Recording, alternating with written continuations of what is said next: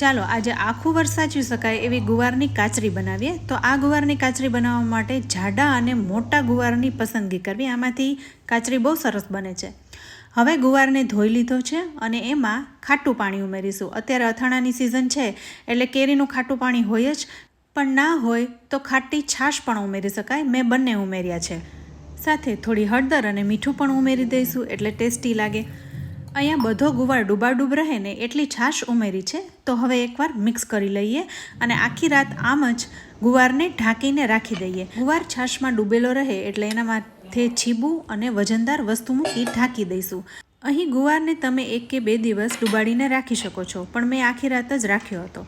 હવે ગુવારમાંથી બધું જ પાણી અને છાશ કાઢીને નિતારી લઈશું અને તડકામાં સૂકવી દઈશું। આ ગુવારની કાચરી થતાં 3 થી 4 દિવસ થાય છે। ખૂબ જ તડકો હોય ને તો ફટાફટ તૈયાર થઈ જાય છે। 4 દિવસ પછી તમે જોઈ શકો છો એકદમ ડ્રાય થઈ ગઈ છે અને હવે તળી લઈએ। ગુવારની કાચરી તળતી વખતે ખાસ ધ્યાન રાખવાનું, કારણ કે ફૂટતી હોય છે। તો અહીં આ ગુવારની કાચરી તૈયાર થઈ ગઈ છે। એની માથે મીઠું મરચું તમને જે મસાલો પસંદ આવે એ છાંટીને તમે દાળ ભાત સાથે શાક સાથે સર્વ કરી શકો છો।